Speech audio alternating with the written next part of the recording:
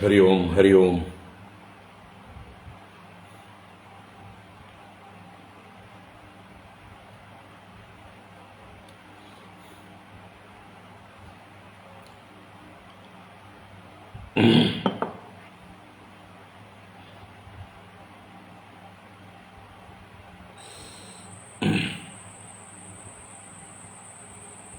ഹരി ഓം.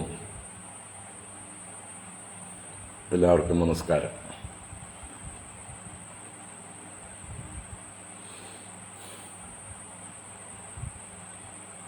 ഓം ശുക്ലാംബരധരം വിഷ്ണും ശശിവർണം ചതുർഭുജം പ്രസന്നവദനം ധ്യായേത് സർവവിഘ്നോപശാന്തയേ.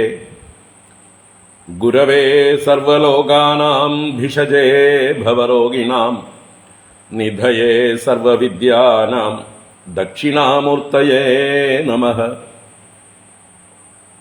ജന്മാദ്യസ്യ യതോന്വയാദിതരതശ്ചാർത്ഥേഷ്വഭിജ്ഞസ്വരാട് തേനേ ബ്രഹ്മഹൃദായാദികവയേ മുഹ്യന്തി യത്സൂരയഃ.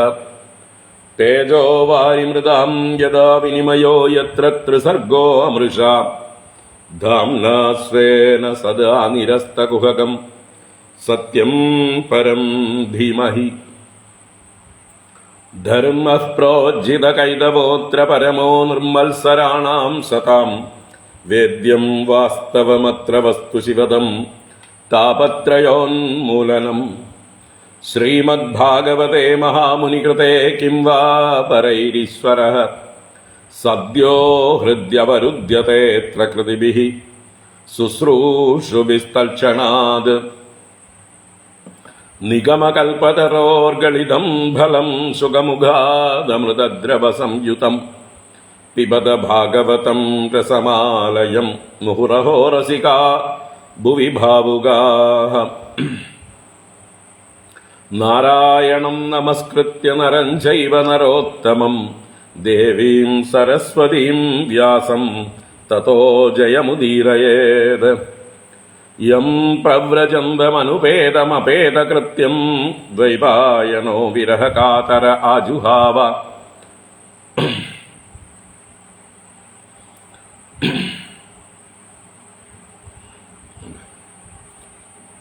യം പ്രവ്രജന്തമനുപേതമപേതകൃത്യം ദ്വൈപായനോ വിരഹകാതര ആജുഹാവ. അടുത്ത വരി ഓർമ്മ വരുന്നില്ലല്ലോ, ദിവസവും ചൊല്ലുന്നത്.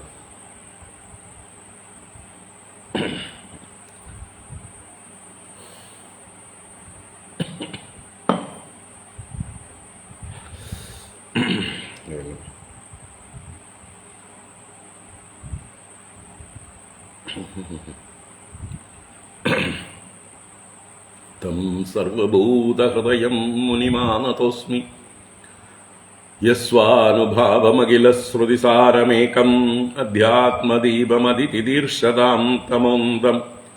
സംസാരിണാം കരുണയാഃ പുരാണഗുഹ്യം തം വ്യാസസൂനുമുപയാമി ഗുരും മുനീനാം. മൂകം കരോതി വാചാലം പങ്കും ലംഘയതേ ഗിരിം യത്കൃപാതമഹം വന്ദേ പരമാനന്ദമാധവം. യം ബ്രഹ്മാ വരുണേന്ദ്രരുദ്രമരുതഃ സ്തുന്വന്തി ദിവ്യൈസ്തവൈഃ വേദൈഃ സാംഗപദക്രമോപനിഷദൈഃ ഗായന്തി യം സാമഗാഃ. ധ്യാനാവസ്ഥിതതദ്ഗതേന മനസാ പശ്യന്തി യം യോഗിനോ യസ്യാന്തം ന വിദുഃസുരാസുരഗണാഃ. ദേവായ തസ്മൈ നമഃ. കോമളം കൂജയൻ വേണും ശ്യാമളോയം കുമാരകഃ വേദവേദ്യം പരം ബ്രഹ്മ ഭാസതാം പുരതോ മമ. ഭൂതൈർമഹദ്ഭിർയയിമാ പുരോ വിഭുഃ നിർമായശേതേ യദമൂഷു പൂരുഷഃ ഭുങ്ക്തേ ഗുണാൻ ഷോഡശ ഷോഡശാത്മകഃ സോലങ്കൃഷിഷ്ട ഭഗവാൻ വജാംസി മേ. സച്ചിദാനന്ദരൂപായ വിശ്വോത്പത്യാദിഹേതവേ താപത്രയ വിനാശായ ശ്രീകൃഷ്ണായ വയം നുമഃ. കൃഷ്ണായ വാസുദേവായ ഹരയേ പരമാത്മനി പ്രണതക്ലേശനാശായ ഗോവിന്ദായ നമോ നമഃ. കൃഷ്ണായ വാസുദേവായ ദേവകീനന്ദനായ ച നന്ദഗോപകുമാരായ ഗോവിന്ദായ നമോ നമഃ. നമഃ പങ്കജനാഭായ നമഃ പങ്കജമാലിനേ കരവിരാജിത ശംഖചക്രകൗമോദഗീ സരസിജം കരുണാസമുദ്രം രാധാസഹായമതിസുന്ദരമന്ദഹാസം വാതാലയേശമനിശം ഹൃദി ഭാവയാമി. വാതാലയേശമനിശം യം പ്രവ്രജന്തമനുപേതമപേതകൃത്യം ദ്വൈവായനോ വിരഹകാതര ആജുഹാവ പുത്രേതി തന്മയതയാ തരവോഭിനേതുഃ തം സർവഭൂതഹൃദയം മുനിമാനതോസ്മി. ഓം നമോ ഭഗവതേ വാസുദേവായ. ഓം നമോ നാരായണായ.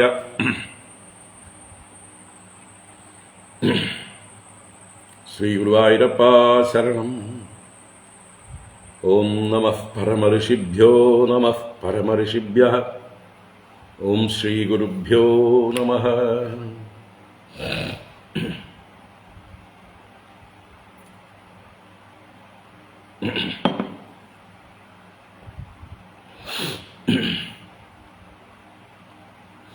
ഹരി ഓം. എല്ലാവർക്കും നമസ്കാരം. എല്ലാവർക്കും ശുഭസായാഹ്നം. സുസ്വാഗതം.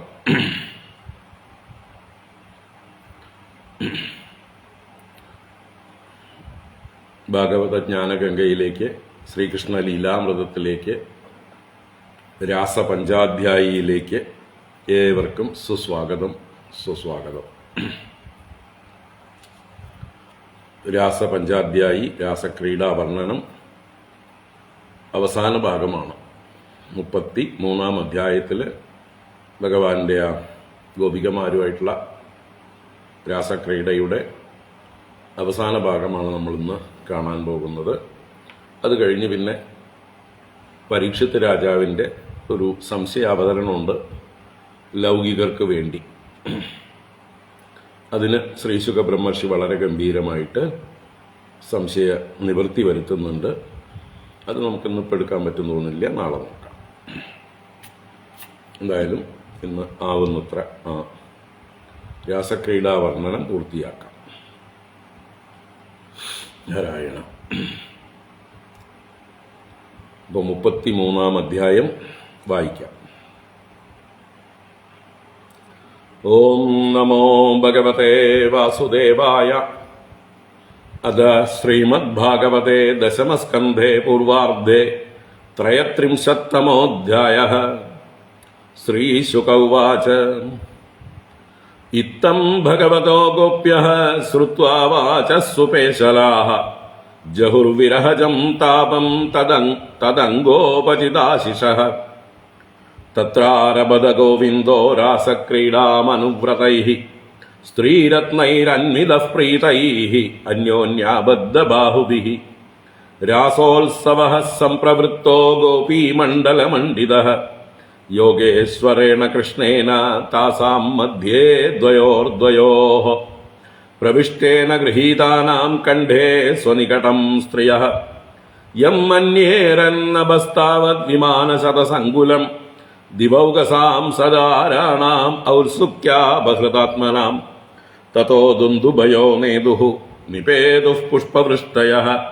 ജഗുർഗന്ധർവപതയഃ സസ്ത്രീകാസ്തദ്യശോമലം. വലയാനാം നൂപുരാണാം കിങ്കിണീനാം ച യോഷിതാം സപ്രിയാണാമഭൂത് ശബ്ദഃ തുമുലോ രാസമണ്ഡലേ. തത്ര അഭിശുശുഭേ താഭിഃ ഭഗവാൻ ദേവകീസുതഃ. മധ്യേ മണീനാം ഹൈമാനാം മഹാമാരകതോ യഥാ. പാദന്യാസൈർഭുജവിദുദിഭിः സസ്മിതൈർഭ്രുവിലാസൈः ഭജ്യന്മദ്യൈശ്ചലകുചപടൈः കുണ്ഡലൈർഗണ്ഡലോലൈः സ്വിദ്യന്മുഖ്യഃ കബരരസനാഗ്രന്ഥയഃ കൃഷ്ണവദ്വോ ഗായന്ത്യസ്തം തടിദൈവതാ മേഘചക്രേ വിരേജുഃ ഉച്ചൈർജഗുർനൃത്യമാനാ രക്തകണ്ഠ്യോരതിപ്രിയാഃ കൃഷ്ണാവിമർശമുദിതാ യദ്ഗീതേനേദമാവൃതം കാചിത് സമം മുകുന്ദേന സ്വരജാതീരമിശ്രിതാഃ ഉന്നിന്യേ പൂജിതാ തേന പ്രിയതാ സാധു സാധ്വിതി തദേവ ധ്രുവമുന്നിന്യേ തസ്യൈ മാനം ച ബഹ്വദാത് കാചിത് രാസപരിശ്രാന്താ പാർശ്വസ്തസ്യ ഗദാവൃതഃ ജഗ്രാഹ ബാഹുനാ സ്കന്ദം ശ്ലതദ്വലയമല്ലികാ തത്രൈകാം സഗതം ബാഹും കൃഷ്ണസ്യോത്പലസൗരഭം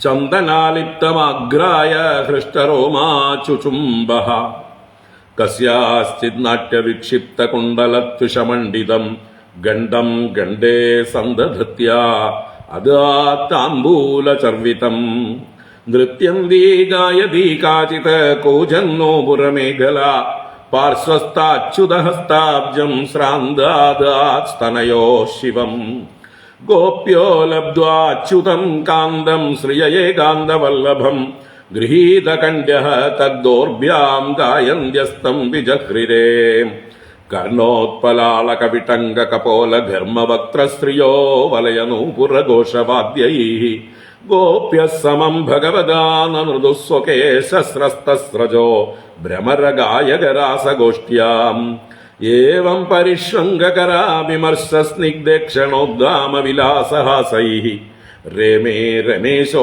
വ്രജസുന്ദരീഭിः യഥാർഭകസ്വപ്രതിബിംബവിഭ്രമः തദംഗസംഗപ്രമുദാകുലേന്ദ്രിയാः കേശാന്തുകൂലം കുചപട്ടികാം വാ നാഞ്ച പ്രതിവ്യോടും അലം വ്രജസ്ത്രിയോ വിസ്രസ്തമാലാഭരണാ കുരുദ്വഃ കൃഷ്ണവിക്രീഡിതം വീക്ഷ്യ മുമുഹുഃ ഖേചരസ്ത്രിയഃ കാമാർദിതാ ശശാങ്കശ്ച സഗണോ വിസ്മിതോऽഭവത് കൃത്വാ താവന്തമാത്മാനം യാവതീർഗോപയോഷിതഃ രേമേ സ ഭഗവാൻ താഭിഃ ആത്മാരാമോऽപി ലീലയാ താസാം അതിവിഹാരേണ ശ്രാന്താനാം വദനാനി സഹ പ്രാമൃജത്കരുണഃ പ്രേംണാ സന്തമേനാംഗപാണിനാ ഗോപ്യസ്ഫുരത്പുരണകുണ്ടലകുണ്ടളത്യുദ്ഗണ്ഡശ്രിയാ സുദിതഹാസനിരീക്ഷണേന മാനം ദധത്യ ഋഷഭസ്യ ജഗുകൃതാനി പുണ്യാനി തത്കരരുഹസ്പർശപ്രമോദാഃ താഭിർയുധശ്രമമപോഹിതുമംഗസംഗൃഷ്ടസ്രജഃ സകുചകുങ്കുമരഞ്ജിതായാः ഗന്ധർവപാളിഭിരനുദ്രുത ആവിശദ്വാः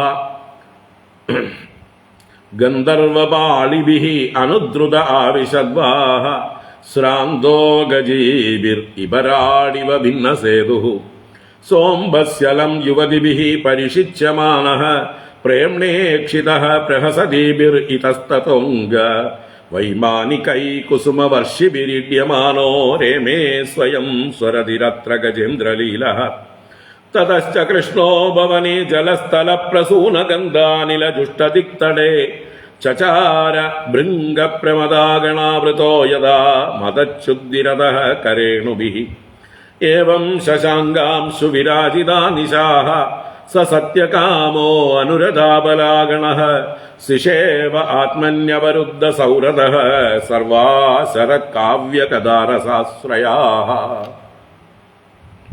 രാജോവാച സംസ്ഥാപനായ ധർമ്മസ്യ പ്രശമായേതരസ്യ ച അവതീർണോ ഹി ഭഗവാൻ അംശേന ജഗദീശ്വരഃ സ കഥം ധർമ്മസേതൂനാം വക്താ കർത്താഭിരക്ഷിതാ പ്രദീപമാചരത് ബ്രഹ്മൻ പരദാരാവിമർശനം ആപ്തകാമോ യദുപതിഃ കൃതവാൻ വൈ ജുഗുപ്സിതം കിമഭിപ്രായയേതം നഃ സംശയം ചിന്തി സുവ്രത ശ്രീശുക ഉവാച ധർമ്മവ്യതിക്രമോ ദൃഷ്ടഃ ഈശ്വരാണാം ച സാഹസം തേജീയസാം ന ദോഷായ വഹ്നേ സർവഭുജോ യഥാം നൈതത്സമാചരേ ജാതു മനസാദിഹ്യനീശ്വരഃ വിനശ്യത്യാചരൻ മൗഢ്യാത് യഥാ രുദ്രോ അബ്ദിജം വിഷം ഈശ്വരാണാം വചഃ സത്യം തദൈവാചരിതം ക്വചിത് തേഷാം യത് സ്വവചോ യുക്തം ബുദ്ധിമാൻ തൽ സമാചരേത്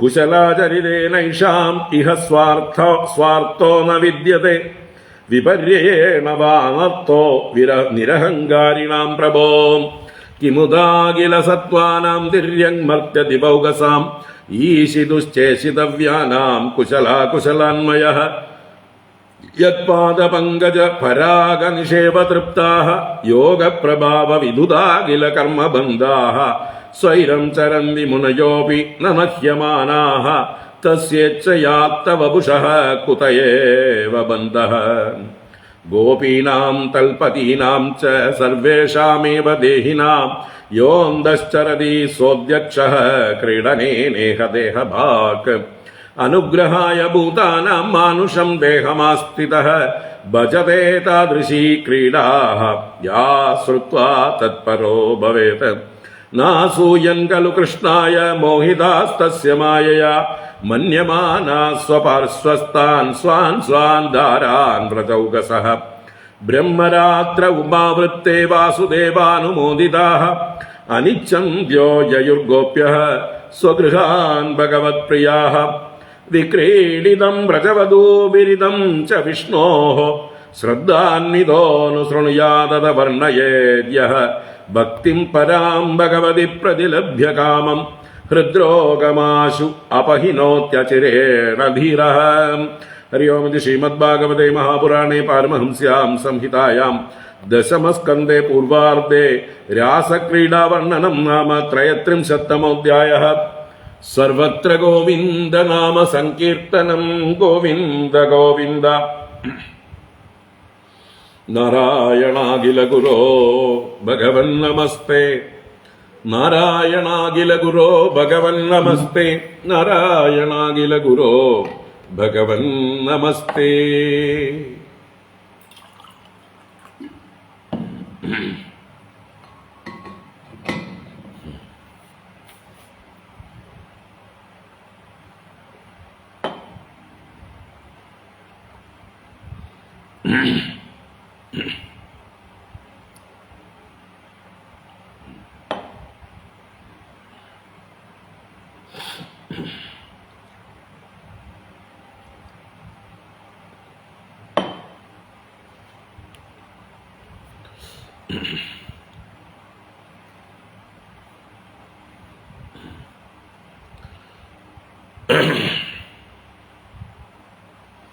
ഹരി ഓം. ഹരി ഓം.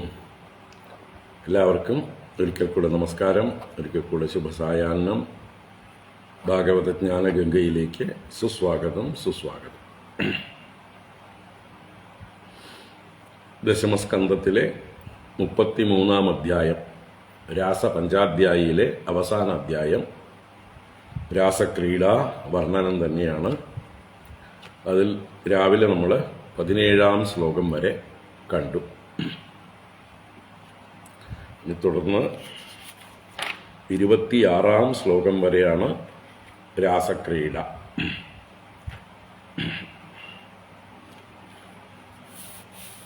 അത് കഴിഞ്ഞ് പിന്നെ പരീക്ഷിത്ത് ചില സംശയങ്ങൾ ചോദിച്ചതിന് ശ്രീ ശുകബ്രഹ്മർഷിയുടെ മറുപടിയാണ്.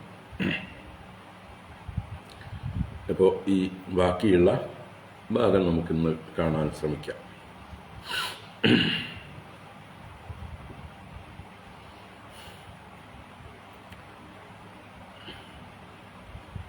അപ്പോൾ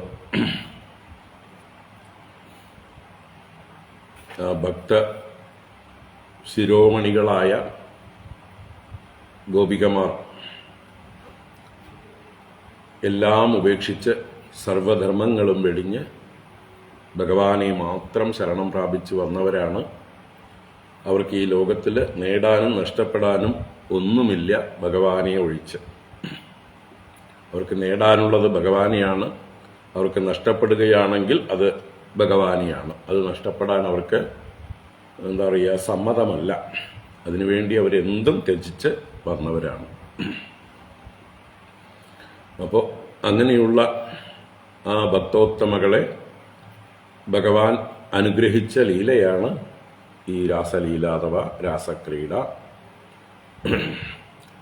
ജീവബ്രഹ്മ ഐക്യത്തിൻ്റേതായിട്ടുള്ള ആ ഒരു അനുഭവമാണ്, ആ ഒരു ആനന്ദമാണ്, ബ്രഹ്മാനന്ദമാണ് ഗോപികമാർക്ക് ഭഗവാൻ തൻ്റെ അംഗസ്പർശങ്ങളെ കൊണ്ട് സാധിച്ചു കൊടുക്കുന്നത്. ഈ അനുഭവം കിട്ടിയതായിട്ടുള്ള ഗോപികമാർ ഇനി ഒരിക്കലും ഭഗവാനെ ജീവിതത്തിൽ മറക്കില്ല. ഇവർക്ക് ജീവിതത്തിൽ എവിടുന്നും കിട്ടാത്ത, ഒരിക്കലും എവിടുന്നും കിട്ടാൻ സാധ്യതയുമില്ലാത്ത ആ പരമാനന്ദമാണ് അവർ അനുഭവിക്കുന്നത്. ഈ അനുഭവം അവരുടെ ജീവിതത്തെ തന്നെ പിടിച്ച് ഉലയ്ക്കുന്ന, എന്നെന്നും അവരുടെ ഹൃദയത്തിൽ നിറഞ്ഞു നിൽക്കുന്ന സ്മരണകളായി ഭഗവാൻ അവരെ അനുഗ്രഹിക്കുകയാണ്. അതുകൊണ്ട് തന്നെ അവരൊരിക്കലും ഇനി ഭഗവാൻ ഇവരെ ഉപേക്ഷിച്ച് പോയാലും അവർക്ക് ഭഗവാനെ മറക്കാൻ സാധിക്കുകയില്ല. മറ്റ് സാധാരണ ലൗകികരായിട്ടുള്ള ആളുകളൊക്കെ ആണെങ്കിൽ എങ്ങനെയാ,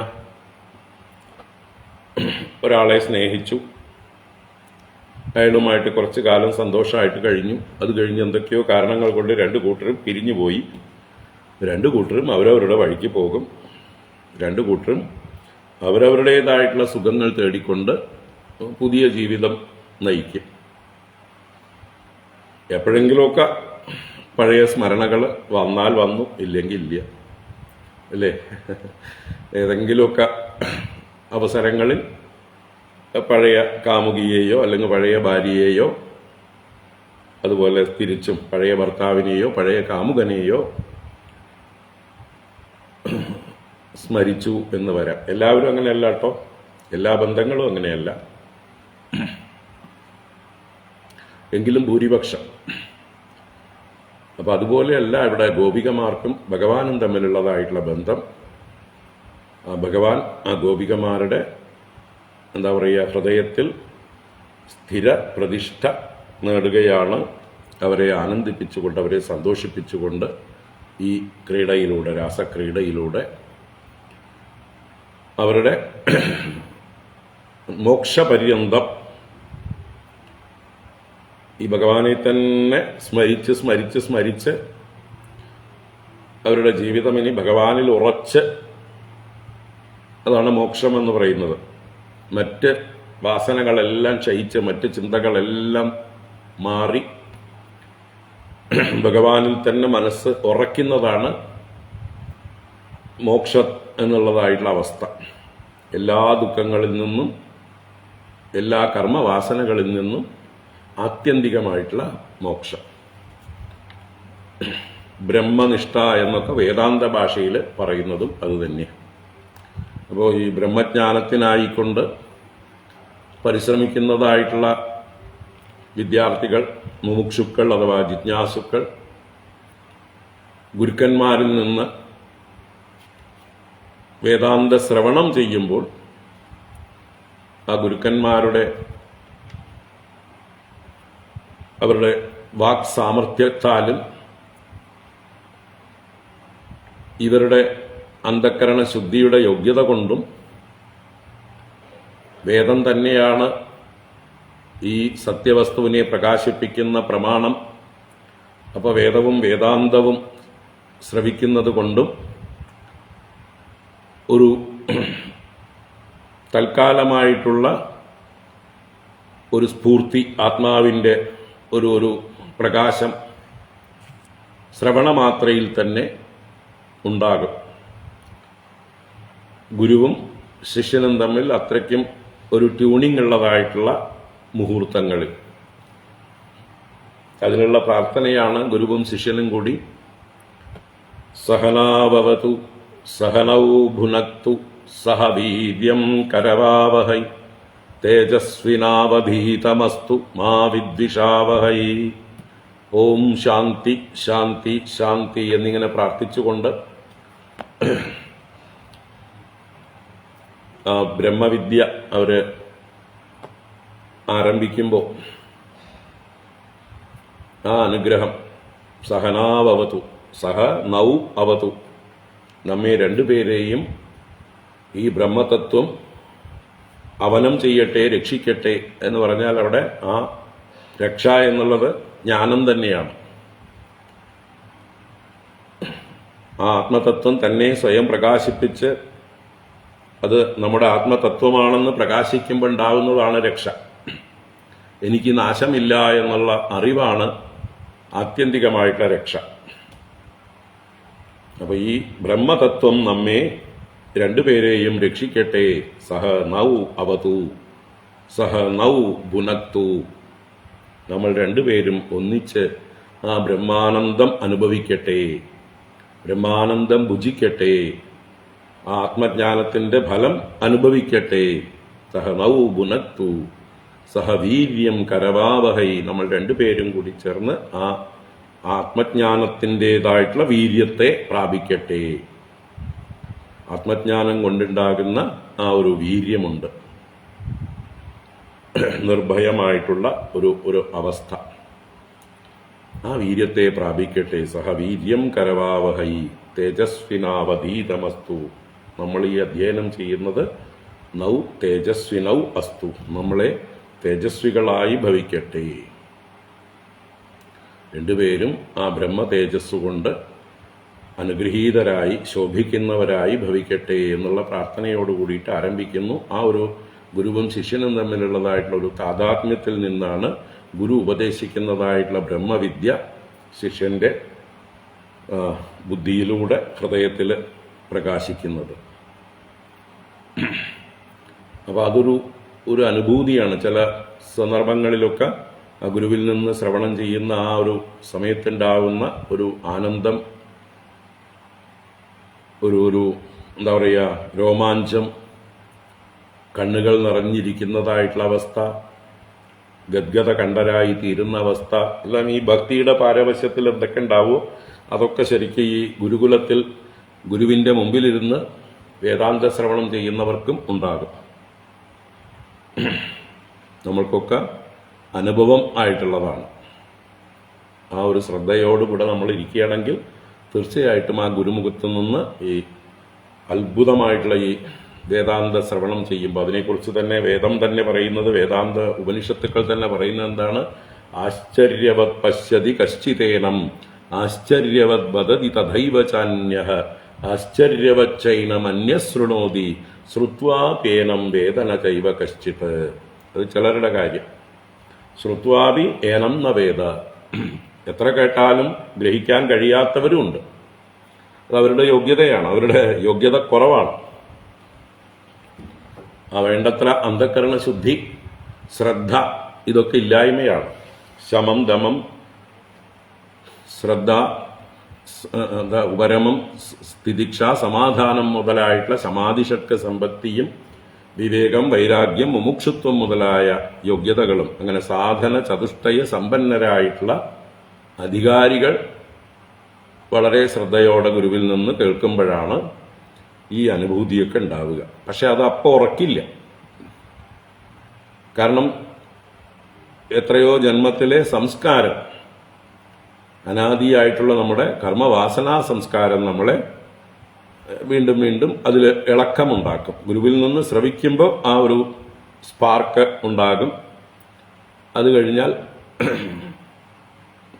അത് വിസ്മൃതിയിലേക്ക് പോകും. വീണ്ടും പഴയ സംസ്കാരത്തിനനുസരിച്ച് നമ്മൾ പെരുമാറും. അപ്പോൾ ആ സംസ്കാരത്തെ മാറ്റാൻ വേണ്ടിയിട്ടാണ് നമ്മുടെ ഈ മറ്റുള്ള എന്താ പറയുക മനന നിധിധ്യാസനങ്ങൾ. ശ്രവണത്തിൽ നിന്ന് കിട്ടിയതായിട്ടുള്ള ആ അനുഭൂതിയെ മനനത്തിലൂടെ യുക്തിയുക്തമായി നമ്മുടെ സ്വന്തം അനുഭവങ്ങളെയും വേർതിരിച്ച് ഉള്ളിൽ ഒരു ബോധ്യമാവണം, കൺവിക്ഷൻ ആവണം. അതിനെ വീണ്ടും വീണ്ടും നമുക്ക് സ്വാഭാവികമായിട്ട് നിധിധ്യാസനം സംഭവിക്കണം. നിരന്തരമായ ഒരു സ്മരണ, വളരെ താല്പര്യപൂർവമുള്ളതായിട്ടുള്ള ഒരു സ്മരണ. എങ്ങനെയാണോ നമ്മൾ പ്രിയപ്പെട്ടവരെ എപ്പോഴും സ്മരിക്കുന്നത്, അല്ലേ? കാമുകന്മാർ കാമുകിയെയോ, കാമുകി കാമുകനെയോ, ഭർത്താവ് ഭാര്യയെയോ, ഭാര്യ ഭർത്താവിനെയോ, അല്ലെങ്കിൽ അച്ഛനമ്മമാർ മക്കളെയോ ഒക്കെ സ്മരിക്കുന്നത് പോലെ എപ്പോഴും ഹൃദയത്തിൽ ആ ഈശ്വര സ്മരണ അല്ലെങ്കിൽ ഈ ആത്മവിചാരം അത് നിരന്തരമായി തീരും, സ്വാഭാവികമായി തീരും. അങ്ങനെ നിരന്തരമായിട്ടുള്ള പരിശ്രമം കൊണ്ട് അത് നിഷ്ഠയിൽ എത്തിച്ചേരും. നിഷ്ഠ എന്ന് പറഞ്ഞാൽ നിതരാം സ്ഥിതി, ഉറച്ച അവസ്ഥ, പിന്നെ ഇളകാത്തൊരു അവസ്ഥയാണ്.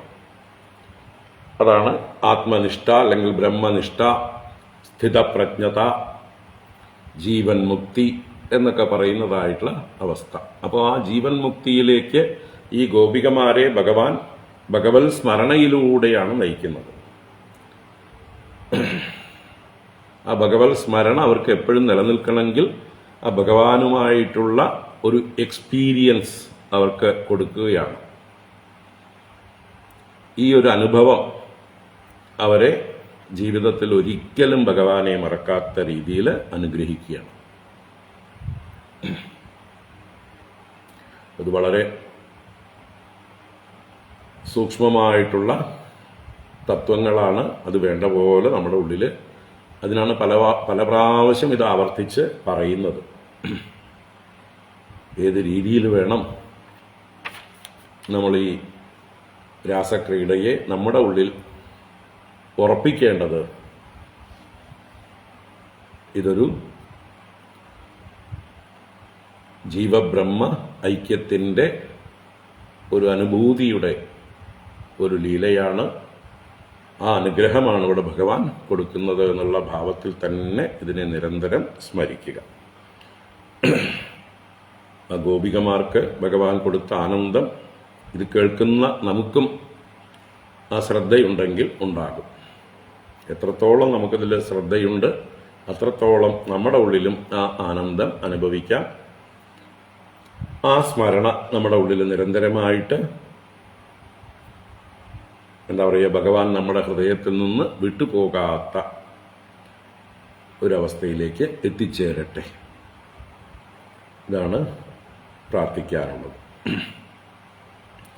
അപ്പോൾ 17-ാം ശ്ലോകം വരെയാണ് രാവിലെ കണ്ടത്. എന്താ പറയുക, ആ ഗോപികമാര് ഭഗവാനെ ഏതൊക്കെ രീതിയിലാണ് ഭഗവാനോട് ക്രീഡ ചെയ്തത്, അഥവാ ഭഗവാനോട് കവളോട് കവള് ചേർക്കുന്നതും, ഭഗവാന്റെ തോളിൽ കൈയിടുന്നതും, ഭഗവാന്റെ കൈകളെ ചുംബിക്കുന്നതും, ഭഗവാന്റെ താമ്പൂല സർവിതത്തെ ഒരുവൾ തൻ്റെ കവളിൽ കൊണ്ട് സ്വീകരിക്കുന്നതും, അതിൻ്റെയൊക്കെ തത്വങ്ങൾ നമ്മൾ രാവിലെ സൂചിപ്പിച്ചു. അപ്പോൾ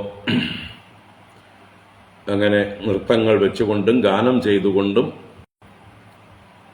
ഭഗവാനെ അവർ ചേർത്ത് പിടിച്ചുകൊണ്ട് ഭഗവാന്റെ കൈകളെ തങ്ങളുടെ ശരീരത്തെ തഴുകാനും അവരുടെ മാറിൽ ചേർത്ത് വയ്ക്കാനും ഒക്കെ അവർ കാണിക്കുന്നതായിട്ടുള്ള ഒരു ഔത്സുക്യം, ഭഗവാനെ കയ്യിൽ കിട്ടിയതായിട്ടുള്ള അവർക്ക് എന്താണ് ചെയ്യേണ്ടത് എന്നറിയാതെ ഒരു ദേശകാല ദേഹ ബോധമൊന്നുമില്ലാതെ, ബാഹ്യബോധം ഒന്നുമില്ലാതെ അവരൊരു ആനന്ദ അവസ്ഥയിലാണ് എന്നുള്ളത് നമുക്ക് ഓരോ ശ്ലോകത്തിൽ നിന്നും മനസ്സിലാക്കാം. ഏവം പരിഷ്വംഗകരാഭിമർശസ്നിഗ്ധേക്ഷണോദ്ദാമവിലാസഹാസൈഃ രമേ രമേശോ വ്രജസുന്ദരീഭിഃ യഥാർഭക സ്വപ്രതിബിംബ വിഭ്രമഃ. അപ്പം ഇങ്ങനെ ഗോപികമാര് ഭഗവാനെ ഏതൊക്കെ രീതിയിൽ അവരുടെ സ്നേഹം പ്രകടിപ്പിച്ചു, ഭഗവാനും അതുപോലെ തിരിച്ചു പ്രകടിപ്പിച്ചു. അവരെ പരിഷ്വംഗം ചെയ്തു, കരാഭിമർശം ചെയ്തു, സ്നേഹപൂർവമായ ഈക്ഷണം ചെയ്തു. അതുപോലെ വിലാസഹാസങ്ങൾ, എന്താ പറയുക, അനിയന്ത്രിതമായിട്ടുള്ള ഉദ്ദാമം എന്ന് പറഞ്ഞാൽ ഒരു തരത്തിലുള്ള എന്താ പറയുക അടക്കങ്ങളുമില്ലാത്ത അളവറ്റ എന്നൊക്കെ അർത്ഥത്തിലാണ് ഉദ്ദാമം എന്ന് പറയുക. അപ്പോൾ അതിഗംഭീരമായിട്ട് ഭഗവാൻ ഇവരുടെ കൂടെ അവരുടെ ഇഷ്ടത്തിനനുസരിച്ച് അവരെന്തൊക്കെ ഭഗവാനിൽ നിന്ന് ആഗ്രഹിക്കുന്നുവോ അതൊക്കെ ചെയ്തു കൊടുത്ത് അവരെ സന്തോഷിപ്പിച്ചു, തൻ്റെ കരസ്പർശാദികളെ കൊണ്ട് എന്നാണ് പറഞ്ഞത്. അത് ഭഗവാൻ ഇതൊക്കെ ചെയ്യുമ്പോഴും ഏത് ഭാവത്തിലാണ്? സ്വപ്രതിബിംബ വിഭ്രമഃ അർഭകഃ യഥാ. ഒരു കൊച്ചുകുട്ടി തൻ്റെ പ്രതിബിംബം കണ്ണാടിയിൽ നോക്കി രസിക്കും പോലെ, അതിനോട് കളിക്കും പോലെ തൻ്റെ തന്നെ പ്രതിബിംബങ്ങളായ ഈ ഗോപികമാരോട് ഭഗവാൻ കളിച്ചു എന്നാണ്. അപ്പോൾ ഭഗവാനെ സംബന്ധിച്ചിവിടെ ഭേദഭാവമേ ഇല്ല. ആ ഭേദഭാവമില്ലായ്മ അവർക്കും ഭഗവാൻ അനുഭവിപ്പിച്ചു കൊടുക്കുന്നുണ്ട്. ഭഗവാനുമായുള്ള ഈ ഒരു ലീലയിൽ തൽക്കാലമെങ്കിലും അവർക്ക് ആ ഭേദഭാവന ഇല്ലാതെയാവുന്ന ഒരവസ്ഥയാണ്. അപ്പോൾ അങ്ങനെ ഭഗവാൻ സ്വയം തന്നോട് തന്നെ കളിക്കുകയാണ് എന്ന മട്ടിലാണ് ഈ രാസക്രീഡ. പരമാത്മാവ് ജീവാത്മാവിനോട് ചേർന്ന് കളിക്കുമ്പോൾ സ്വന്തം കരാരവിന്ദേന പദാരവിന്ദം മുഖാരവിന്ദേ വിനിവേശയന്തം വടസ്യ പത്രസ്യ പുടേശയാനം ബാലം മുകുന്ദം മനസാസ്മരാമി എന്ന് പറയുന്ന ആ ഒരു മറ്റൊരു അപേക്ഷയില്ലാതെ മറ്റൊരു ആശ്രയമില്ലാതെ താൻ തന്നെ തൻ്റെ കൈകൊണ്ട് തൻ്റെ കാലിനെ പിടിച്ച് തൻ്റെ വായിൽ തന്നെ വെച്ച് ആസ്വദിക്കുന്ന പോലെയുള്ളൂ ഭഗവാന് ഈ ജഗത്ത് മുഴുവൻ. ഈ ലോകത്തിലുള്ള എല്ലാം തന്നെ ഭഗവാന്റെ കരാരവിന്ദവും പദാരവിന്ദവും മുഖാരവിന്ദവും തന്നെയാണ്. അത് പരസ്പരം ചേർന്ന് അല്ലേ ഭഗവാൻ കർത്താവും ഭോക്താവും ഭോജ്യവും ഭോഗവും എല്ലാമായി പിരിഞ്ഞതുപോലെ തോന്നുകയാണ്. ഭഗവാൻ തന്നെയാണ് കർത്താവ്, ഭഗവാൻ തന്നെയാണ് ഭോക്താവ്, ഭഗവാൻ തന്നെയാണ് ഭോജ്യം, ഭഗവാൻ തന്നെയാണ് ഭോഗം എന്ന ക്രിയയും. എല്ലാം ഭഗവാൻ തന്നെയാണ്. അപ്പോൾ ഈ ഒരു സ്മരണ നമ്മുടെ ഉള്ളിൽ ഉണ്ടാവട്ടെ. രാസക്രീഡ എന്ന് കേൾക്കുമ്പോഴേക്കും ഈ ഒരു ഭഗവാൻ തന്നോട് തന്നെ കളിച്ച കളിയാണ്, ഭേദഭാവനയോടുകൂടി ചെയ്തതല്ല, അന്യനോട് ഉള്ളതായിട്ടുള്ള ലീലയല്ല ഭഗവാനെ സംബന്ധിച്ച്. ഭഗവാന് ഈ സമയത്ത് യാതൊരു തരത്തിലുള്ള ച്യുതിയും ഉണ്ടാകുന്നില്ല. സ്വരൂപത്തിൽ നിന്ന് അല്പം പോലും അദ്ദേഹത്തിന് ചലനം ഉണ്ടാകുന്നില്ല. ആത്മസ്വരൂപനായി ആനന്ദസ്വരൂപനായി പൂർണ്ണനായി തന്നെയാണ് ഭഗവാൻ ഈ സന്ദർഭങ്ങളിലൊക്കെ. നമുക്ക് 18-ാം ശ്ലോകം മുതൽ കാണാം.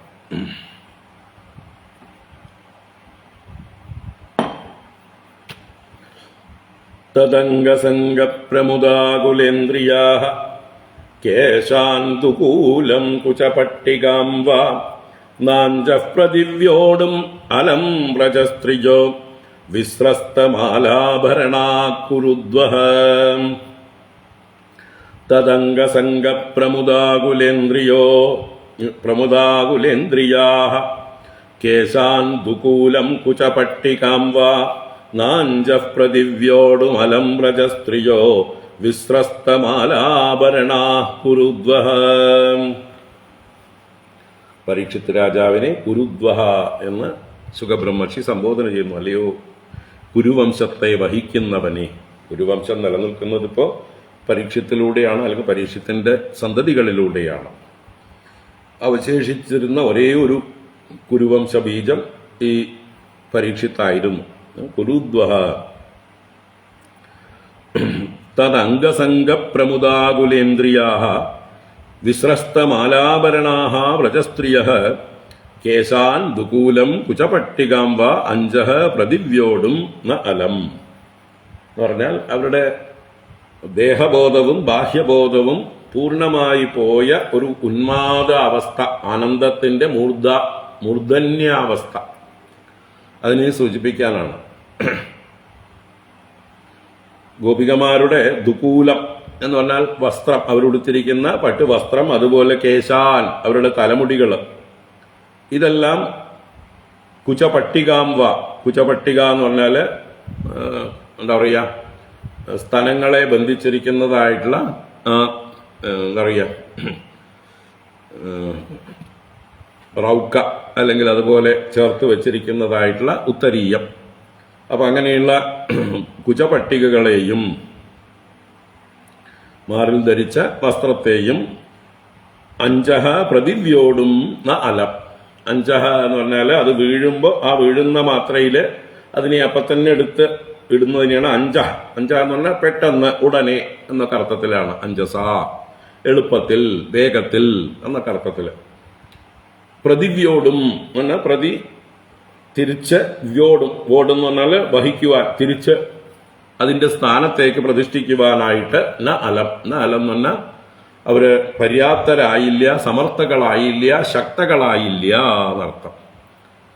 അപ്പൊ അവരുടെ തലമുടിക്കെട്ടഴിയുമ്പോഴും അവരുടെ വസ്ത്രം കിഴിഞ്ഞു പോകുമ്പോഴും അവരുടെ സ്ഥലങ്ങളെ ബന്ധിച്ചിരിക്കുന്ന പട്ടിക അഥവാ മേൽവസ്ത്രം അഴിഞ്ഞു പോകുമ്പോഴും അതിനെ ഉടനെ തന്നെ അതിന്റെ യഥാസ്ഥാനത്തേക്ക് പ്രതിഷ്ഠിക്കാൻ, അതിനെ വീണ്ടും ബന്ധിക്കാനായിക്കൊണ്ട് അവർക്ക് സാമർഥ്യമുണ്ടായില്ല എന്ന് പറഞ്ഞാലോ, ഒരു അവധൂതകളെ പോലെ ആയിക്കഴിഞ്ഞു അവരുടെ അവസ്ഥ എന്ന് താല്പര്യം അല്ലേ. നമ്മുടെ ദേവഹൂതി ദേവിയും കപില ഭഗവാന്റെ ഉപദേശം കേട്ട് ആ ബിന്ദു സരസിൽ തന്നെ വസിച്ച് ആ കപില ഭഗവാന്റെ ഉപദേശങ്ങളെല്ലാം മനനം ചെയ്ത് നിധിധ്യാസനം ചെയ്ത് സ്വയം ദേഹബോധമില്ലാത്തവളായി മാറി. വസ്ത്രമുടുക്കണമെന്നോ ഭക്ഷണം കഴിക്കണമെന്നോ ശരീരം ശുദ്ധി ചെയ്യണമെന്നോ ഒരു ചിന്തയുമില്ലാതെ ഒരു ജീവൻ മുക്തയായി. പിന്നീട് അവളുടെ കൂടെ ഉണ്ടായിരുന്ന സഖിമാരാണ് ഭക്ഷണം കഴിപ്പിച്ചതും കുളിപ്പിച്ചതും വസ്ത്രം ധരിപ്പിച്ചതുമെല്ലാം അല്ലേ. അതുപോലെ എത്രയോ അവധൂതകൾ ഈ ലോകത്തുണ്ട്, ഇപ്പോഴും ഉണ്ട്. അപ്പൊ എന്തായാലും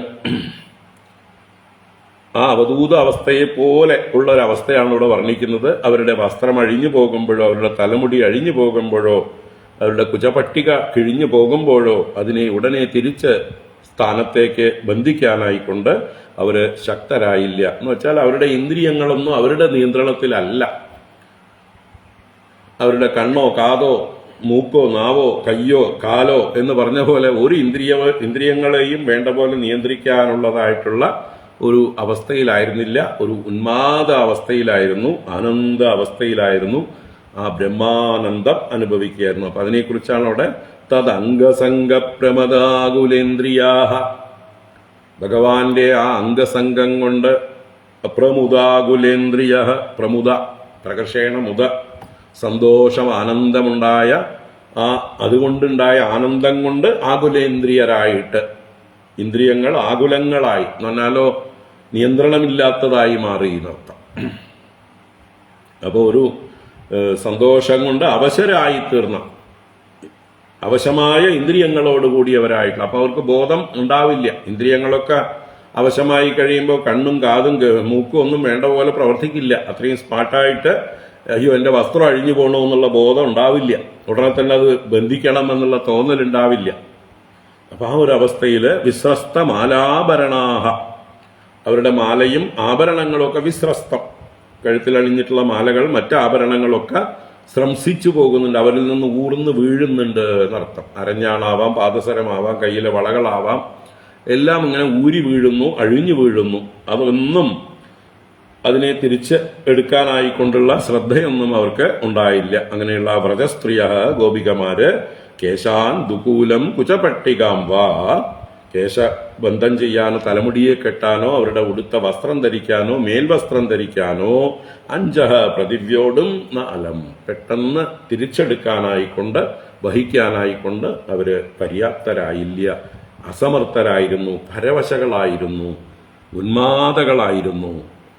ഭഗവാൻ ആ ഒരു തലത്തിലേക്ക് അവരെ ഒരു എക്സാൾട്ടഡ് ആയിട്ടുള്ള ഒരവസ്ഥയിലേക്ക് അവരെ ഉയർത്തി എന്നർത്ഥം. തദംഗസംഗപ്രമുദാകുലേന്ദ്രിയാഹ കേശാന്തുകൂലം കുചപട്ടികാം വാ നാഞ്ചഃ പ്രതിവ്യോടുമലം വ്രജസ്ത്രിയോ വിസ്രസ്തമാലാഭരണാ കുരുദ്വഃ കൃഷ്ണവിക്രീഡിതം വീക്ഷ്യ മുമുഹുഃ ഖേചരസ്ത്രിയഃ കാമാർദിതാ ശശാങ്കശ്ച സഗണോ വിസ്മിതോഭവത്.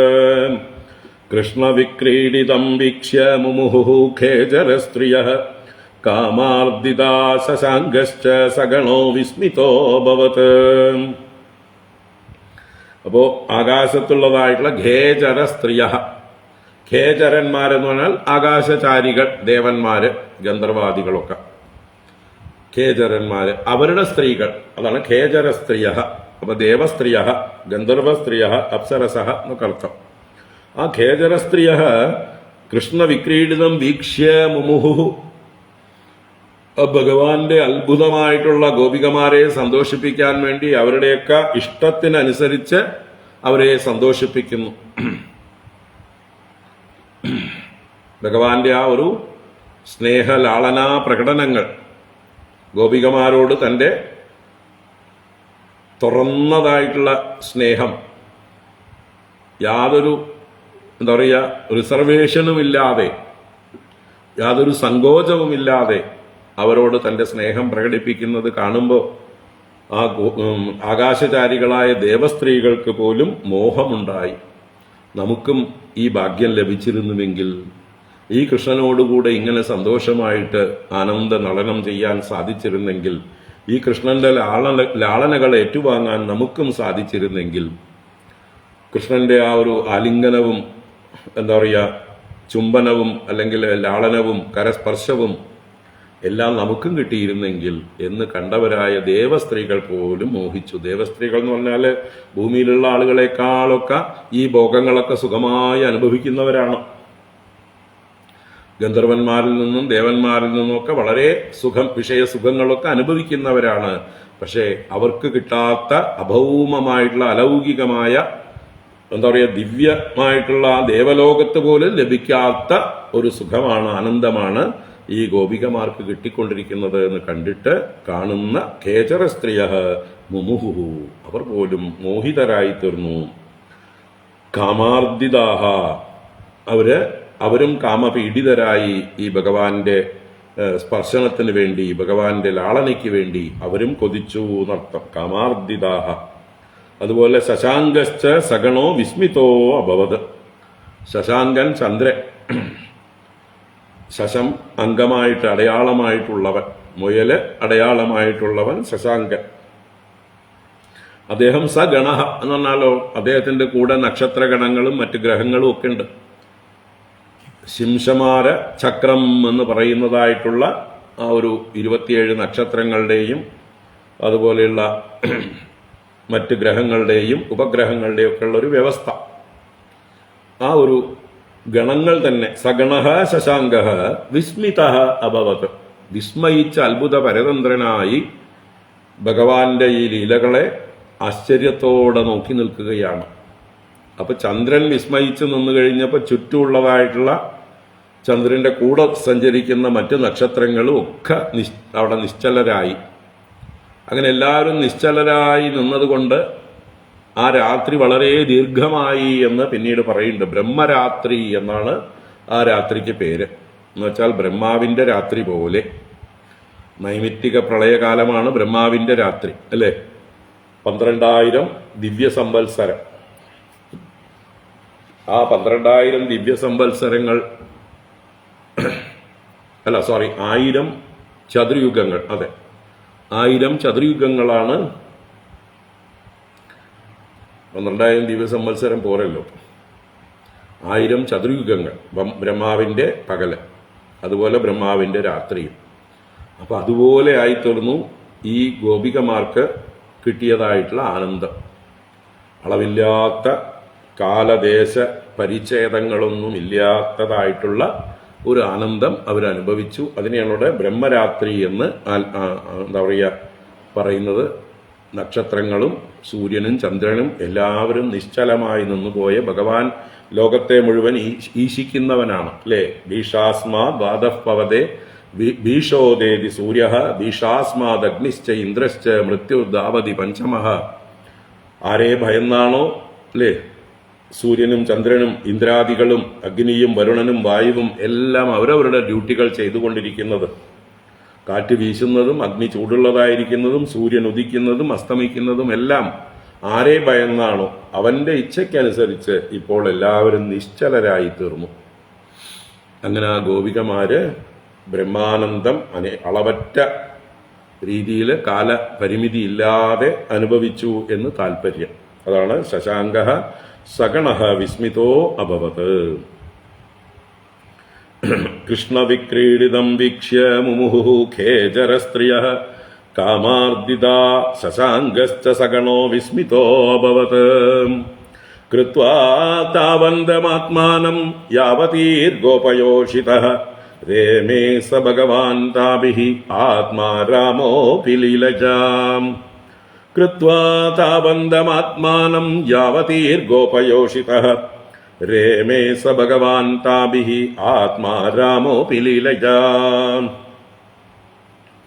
അപ്പോ യാവതീഹി ഗോപയോഷിതഃ, ഗോപയോഷിതഃ ഗോപസ്ത്രീകൾ, യാവതീഹി എത്ര എണ്ണമാണോ എത്രത്തോളമാണോ ഉണ്ടായിരുന്നത്, താവന്തം ആത്മാനം കൃത്വ, താവന്തം അത്രമാത്രം ആത്മാനം തൻ്റെ രൂപങ്ങളെ തൻ്റെ ശരീരങ്ങളെ കൃത്വ ചെയ്തിട്ട്.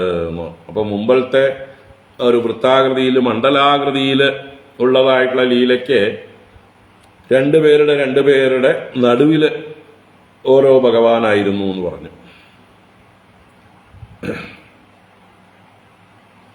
അങ്ങനെ നോക്കിയാലും ശരിക്ക് ഒരു ഗോപി ഒരു കൃഷ്ണൻ, ഒരു ഗോപി ഒരു കൃഷ്ണൻ, ഒരു ഗോപി ഒരു കൃഷ്ണൻ ആണെങ്കിലും അവിടെയും ഓരോ കൃഷ്ണൻ തന്നെ വേണ്ടി വരും അല്ലേ? അല്ലെങ്കിൽ പിന്നെ രണ്ട് ഗോപികമാർ അടുത്തടുത്ത് ചേർന്ന് വരും ആൾട്ടർനേറ്റ് ആയിട്ട് നിന്ന് കഴിഞ്ഞാൽ. അപ്പൊ എന്തായാലും അവിടെയും ഓരോ ഗോപികയ്ക്കും ഓരോ കൃഷ്ണൻ തന്നെ ഉണ്ടായിരുന്നു എന്നുള്ളതാണ് നമുക്ക് എടുക്കേണ്ടത്. കാരണം ഒരു ഗോപിക ഒരു കൃഷ്ണൻ, ഒരു ഗോപിക ഒരു കൃഷ്ണൻ, ഒരു ഗോപിക ഒരു കൃഷ്ണൻ, ആ ക്രമത്തിൽ തന്നെയായിരുന്നു.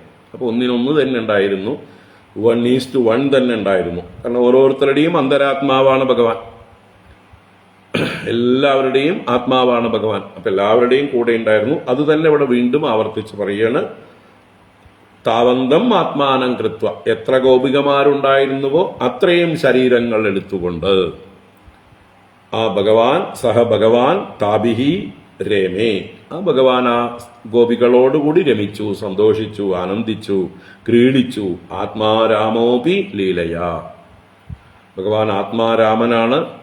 ആത്മാരാമനായിട്ടും ലീലയാ രേമേ, മറ്റുള്ളവരുടെ ദൃഷ്ടിയിൽ ഭഗവാൻ രമിക്കുന്നത് പോലെ ക്രീഡിക്കുന്നത് പോലെയൊക്കെ തോന്നും. ഭഗവാൻ എപ്പോഴും സ്വയം തന്നിൽ തന്നെയാണ് രമിക്കുന്നത്. ഇനി താൻ രമിക്കുന്നതായിട്ടുള്ള ഈ ഗോപികമാരൊക്കെ തന്നെ താൻ തന്നെയാണ് ഭഗവാനെ സംബന്ധിച്ച്, തന്നിൽ നിന്ന് അന്യരായിട്ടല്ല അവരെ കാണുന്നത്. അതുകൊണ്ട് തന്നെ ആത്മാരാമനായിട്ടുള്ള ഭഗവാൻ ലീലയാ രേമേ, ഭഗവാന്റെ ലീല മാത്രമാണ്, സീരിയസ് അല്ല എന്ന് പറയുക. അവരുടെ ആഗ്രഹം, ഗോപികമാരുടെ ആഗ്രഹം സാധിച്ചു കൊടുക്കാൻ വേണ്ടി അവരുടെ ഇംഗിതങ്ങൾക്കനുസരിച്ച് ഭഗവാൻ അവരോടുകൂടെ കളിച്ചു, അവരോടുകൂടെ ക്രീഡിച്ചു, അവരോടുകൂടെ രമിച്ചു എന്നർത്ഥം. കാരണം അവർ ഓരോരുത്തരും പ്രാർത്ഥിച്ചിരുന്നു, കാത്യായനി മഹാമായേ മഹായോഗിന്യതീശ്വരി നന്ദഗോപസുതം ദേവി പതിമേ കുരുതേ നമ. ആ നന്ദഗോപസുതനെ ഓരോരുത്തരും പതിയായിട്ട് കിട്ടണമെന്ന് പ്രാർത്ഥിച്ചു. ഭഗവാൻ അത് വാക്കും കൊടുത്തിരുന്നു, അനുഗ്രഹിച്ചിരുന്നു. അത് സാധിച്ചു കൊടുക്കുകയാണ് ഇവിടെ ചെയ്യുന്നത്. ആ ഭഗവാൻ അവരുടെ അന്തരാത്മാവ് തന്നെയാണ്. ആ ഭഗവാന് ഇവരിൽ നിന്ന് ഭേദഭാവനയൊന്നും ഇല്ല, ആത്മാരാമനാണ്. മറ്റുള്ളവരുടെ ദൃഷ്ടിയിൽ ഭഗവാൻ പലതായി തോന്നുകയാണ്. ഭഗവാനും ഗോപികമാരും പലതായി തോന്നുന്നു അജ്ഞാനികൾക്ക്.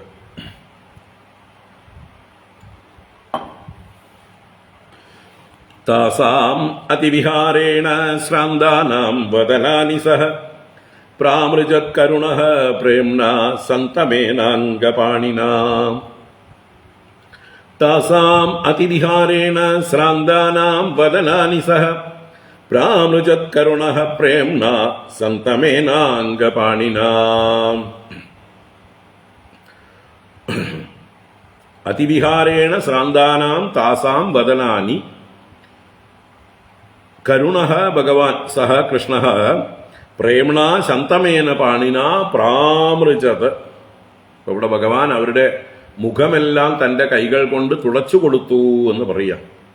അതിവിഹാരേണ ശ്രാന്താന, അത്യന്തം വിഹരിച്ചതുകൊണ്ട്, അധികം കളിച്ചതുകൊണ്ട്, അധികം ക്രീഡിച്ചതുകൊണ്ട്, ശ്രാന്താന ക്ഷീണം ബാധിച്ചവർ, തളർന്നിരിക്കുന്നവരായിട്ടുള്ള താസാം ആ ഗോപീനാം ആ ഗോപികമാരുടെ വദനാനി അവരുടെ മുഖങ്ങളെ കരുണഃ സഹ കരുണാമൂർത്തിയായ ആ ഭഗവാൻ കാരുണ്യപൂർവം പ്രേമണ ശന്തമേന പാണിന പ്രാമൃജത്. പ്രേമപൂർവം, പ്രേംണ വാത്സല്യപൂർവം, പ്രേമപൂർവം തൻ്റെ അതിസുഖപ്രദങ്ങളായ ശന്തമേന പാണിന മംഗളകരമായ കൈകൊണ്ട് പ്രാമൃജത് പ്രമാർജനം ചെയ്തു, തുടച്ചു കൊടുത്തു എന്ന് പറയും. അവരുടെ മുഖത്തൊക്കെ ഉള്ളതായിട്ടുള്ള വിയർപ്പും മറ്റുമൊക്കെ ഭഗവാൻ തൻ്റെ കൈകൊണ്ട് ഓരോരുത്തർക്കും പ്രത്യേകം അടുത്തടുത്ത് ഭഗവാന്റെ രൂപങ്ങളുണ്ട്. അതൊക്കെ ഭഗവാൻ തൻ്റെ കൈകളെ കൊണ്ട് തന്നെ അവരുടെ മുഖമെല്ലാം തുടച്ച് അവരുടെ ക്ഷീണമെല്ലാം മാറ്റി അവരുടെ തലമുടിയെല്ലാം നേരെയാക്കി കൊടുക്കുകയും വസ്ത്രങ്ങളെല്ലാം നേരെയാക്കി കൊടുക്കുകയും ഒക്കെ ഭഗവാൻ തന്നെ ചെയ്യും എന്ന് പറയാം. അപ്പം അതിൻ്റെ ഒരു ലീലയാണ് ഇവിടെ. ശന്തമേന പാണിന പ്രാമൃജത്. ഹേ അംഗ എന്നുള്ളത് പരീക്ഷിത് രാജാവിനെ സുഖബ്രഹ്മർഷി സംബോധന ചെയ്തതാണ്. അല്ലയോ മാന്യനായ പൂജ്യനായ ഹേ പരീക്ഷിത് രാജാവേ, ആ ഭഗവാന്റെ ഒരു വാത്സല്യം നോക്കൂ, ഭക്തവാത്സല്യം നോക്കൂ, കരുണ നോക്കൂ. ആ ഗോപസ്ത്രീകളുടെ ഭക്തിക്ക് മുമ്പിൽ ഭഗവാൻ പരാധീനനായി അവരെ സേവിക്കുന്ന രംഗം നോക്കൂ. അവരുടെ മുഖത്തെ തൻ്റെ കൈകൾ കൊണ്ട് തുടച്ചു കൊടുക്കുന്നു. താസാം അതിവിഹാരേണ ശ്രാന്താനാം വദനാനി സഹ പ്രാമൃജത്കരുണഃ പ്രേംണാ ശന്തമേനാംഗപാണിനാ ഗോപ്യസ്ഫുരത്പുരടകുണ്ടലകുന്തളത്വിദ്ഗണ്ഡശ്രിയാ സുദിതഹാസനിരീക്ഷണേന മാനം രുദത്യർഷഭസ്യ ജഗുകൃതാനി പുണ്യാനി തത്കരരുഹസ്പർശപ്രമോദാഃ ഗോപ്യഃ സ്ഫുരത്പുരടകുണ്ടലകുന്തളത്വിദ്ഗണ്ഡശ്രിയാ സുദിതഹാസനിരീക്ഷണേന മാനം ദദത്യ ഋഷഭസ്യ ജഗുകൃതാനി പുണ്യാനി തത്കരരുഹസ്പർശപ്രമോദാഃ. ഇപ്പൊ ഭഗവാന്റെ ലീലകളെക്കുറിച്ച് ഗോപ്യഃ ജഗുഹു, ഗോപ്യഃ ഗോപികമാർ, ജഗുഹു ഗാനം ചെയ്തു. ഇതാണ് ഇതിലെ വിഷയം. എന്താണ് ഗാനം ചെയ്തത്? ആ ഋഷഭസ്യ പുണ്യാനി കൃതാനി, ഋഷഭസ്യ പുണ്യാനി കൃതാനി, ആ ഋഷഭനായ ഭഗവാൻ ചെയ്തതായിട്ടുള്ള ലോകത്തെ പവിത്രീകരിക്കുന്നതായിട്ടുള്ള ഭഗവാന്റെ കർമ്മങ്ങളെക്കുറിച്ച്, ലോകാനുഗ്രഹകരങ്ങളായിട്ടുള്ള ഭഗവാന്റെ കർമ്മങ്ങളെക്കുറിച്ച് ഭഗവാനെ പുകഴ്ത്തിക്കൊണ്ട് ഗോപ്യഃ ജഗുഹു, ഗോപികമാർ ഗാനം ചെയ്തു. അപ്പൊ എങ്ങനെയൊക്കെയുള്ള ഗോപികമാർ എന്ന് പറയണ? തത്കരരുഹസ്പർശ പ്രമോദാഃ ഗോപ്യഃ. തത്കരരുഹ എന്ന് പറഞ്ഞാൽ കരത്തിൽ രോഹണം ചെയ്തത് നഖം അല്ലെങ്കിൽ വിരലുകൾ, അങ്കുലി അല്ലെങ്കിൽ കരരുഹമാണ്. അങ്കുലിയും നഖങ്ങളും കരരുഹമാണ്. കരത്തിൽ രോഹണം ചെയ്തത്, മുളച്ചത്. അപ്പൊ നഖം കൊണ്ടോ വിരലുകൾ കൊണ്ടോ ഒക്കെയുള്ള ഭഗവാൻ ആ മുഖത്തൊക്കെ തലോടി കൊടുത്തു എന്ന് പറഞ്ഞില്ലേ. അപ്പൊ വിരലുകളെ കൊണ്ടൊക്കെ സ്പർശിച്ചിട്ടുണ്ടാവും, നഖം കൊണ്ടൊക്കെ സ്പർശിച്ചിട്ടുണ്ടാവും. അതൊക്കെ അവർക്ക് എന്തെന്നില്ലാത്ത ആനന്ദം കൊടുത്തു. അതാണ് ആ സ്പർശം കൊണ്ട് പ്രമോദാഹ, പ്രമോദം പ്രാപിച്ചവർ എന്നർത്ഥം.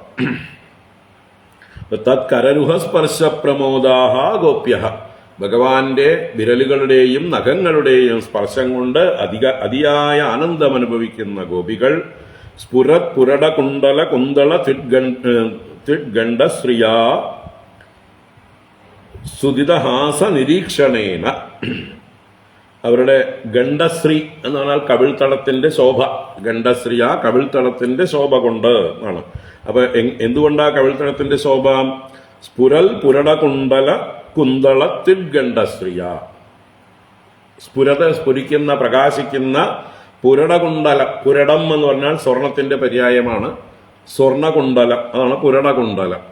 അപ്പൊ കുണ്ടലത്തിന്റെയും കുന്തളം കുറുനിരകൾ, ആ കുറുനിരകളുടെ തിട്ട് എന്ന് പറഞ്ഞാൽ ശോഭ, കാന്തി എന്നൊക്കെ അർത്ഥമാണ്. അതിന്റെ ശോഭയും.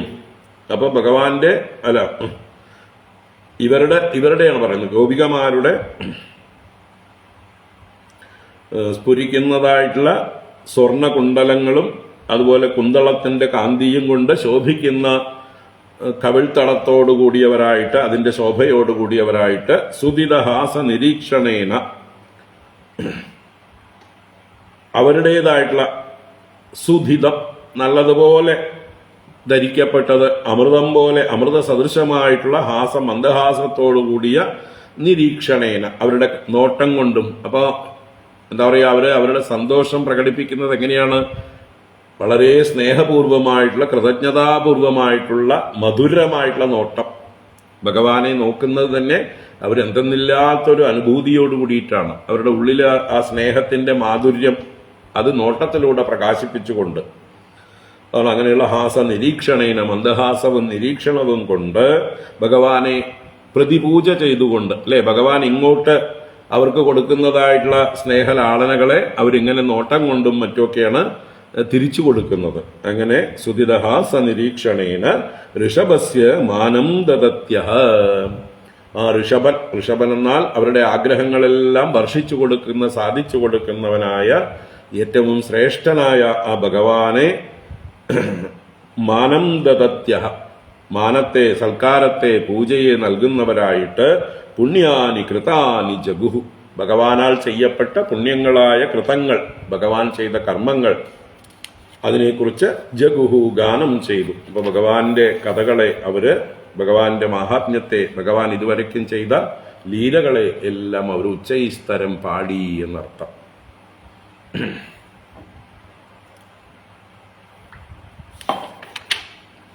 ഗോപ്യസ്ഫുരത്പുരടകുണ്ടലകുന്തളത്യുദ്ഗണ്ഡശ്രിയ സുദിദഹാസ നിരീക്ഷണേന മാനം ദദത്യർഷഭസ്യ ച കുകൃതാനി പുണ്യാനി തത്കരരുഹസ്പർശ പ്രമോദാഃ താഭിർയുത ശ്രമമപോഹിതുമംഗസംഗകൃഷ്ടസ്രജഃ സ്വകുചകുങ്കുമരഞ്ജിതായാഃ ഗന്ധർവപാളിഭിർ അനുദ്രുത ആവിശദ്വാഃ ശ്രാന്തോ ഗജീഭിർ ഇബരാടിവ ഭിന്നസേതുഃ താഭിർയുത ശ്രമമപോഹിതുമംഗസംഗകൃഷ്ടസ്രജഃ സ്വകുചകുങ്കുമരഞ്ജിതായാഃ ഗന്ധർവപാളിഭിർ അനുദ്രുത ആവിശദ്വാഃ ശ്രാന്തോ ഗജീഭിർ ഇബരാടിവ ഭിന്നസേതുഃ. അപ്പൊ ഇത്രയും നേരം ഗോപികമാരുമായി ആ കാളിന്തി തീരത്ത് സ്ഥലക്രീഡ എന്ന് പറയുന്ന ഭൂമിയിൽ ചെയ്തതായിട്ടുള്ള ലീലകളെ വർണ്ണിച്ചു. ഇനി 23ഉം 24ഉം ശ്ലോകങ്ങളെ കൊണ്ട് ജലക്രീഡ എന്ന് പറയുന്ന ഭഗവാനും ഗോപികമാരും ഒന്നിച്ച് കാളിന്തിയിൽ ഇറങ്ങിയിട്ട് അങ്ങോട്ടും ഇങ്ങോട്ടും ആ പിടിയാനകളും ഗജേന്ദ്രനും കളിക്കും പോലെ, അതാണ് ഇഭരാടിവ ഗജീബിഹി. ഗജീബിഹി എന്ന് പറഞ്ഞാൽ പിടിയാനകളോടുകൂടിയ ഇബരാട് ഗജേന്ദ്രൻ. ആ ഗജേന്ദ്രൻ എന്നതുപോലെ വാഹ ആവിശദ്വാഹ എന്ന് പറയുന്നുണ്ട്. വാഹ എന്നുള്ളത് വാറ് അഥവാ വാരി എന്നുള്ള ശബ്ദത്തിന്റെ പ്രയോഗമാണ്. ആ രകാരം വിസർഗമായിട്ട് അവിടെ ഉച്ചരിക്കണം. വാര് എന്നുള്ളത് വാഹ എന്നായി മാറുകയാണ്. അപ്പൊ വാരി അഥവാ വാഹ, ജലത്തിലേക്ക് ആവിശദ്വാഹ. അപ്പോ എങ്ങനെയാണ് ഒരു ഗജരാട് കളിക്കുക? ഭിന്ന സേതു, അല്ലേ? ആ ജലാശയത്തിന്റെ വരമ്പിനെ അല്ലെങ്കിൽ കരയെ, തിട്ടകളെയൊക്കെ ഇടിച്ച്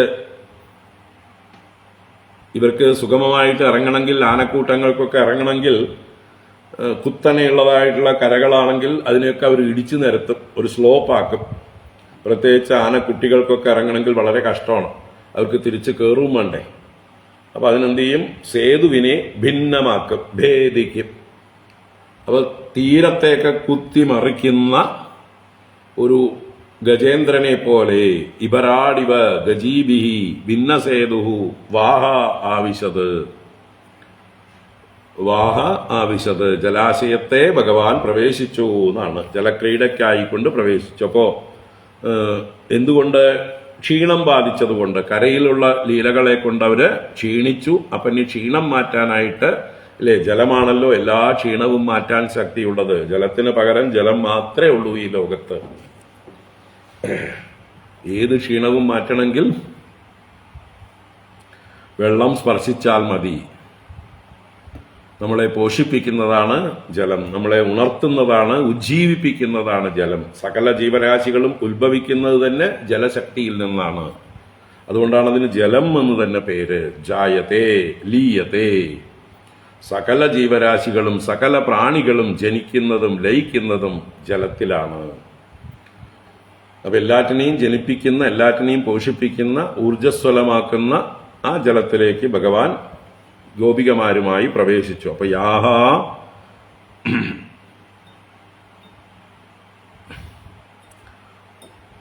ശ്രമം അല്ലെ, താഭിഹി യുതഃ ശ്രമം അപോഹിതും. ശ്രമം അപോഹിതും, ശ്രമം ക്ഷീണം, അതിനെ അപോഹിതം എന്ന് പറഞ്ഞാൽ ദൂരേക്ക് കളയാൻ, നീക്കിക്കളയാൻ. അപ്പൊ ക്ഷീണം മാറ്റാൻ. എങ്ങനെയാണ് ആ ക്ഷീണം ഉണ്ടായത്? അംഗസംഗൃഷ്ടസ്രജ.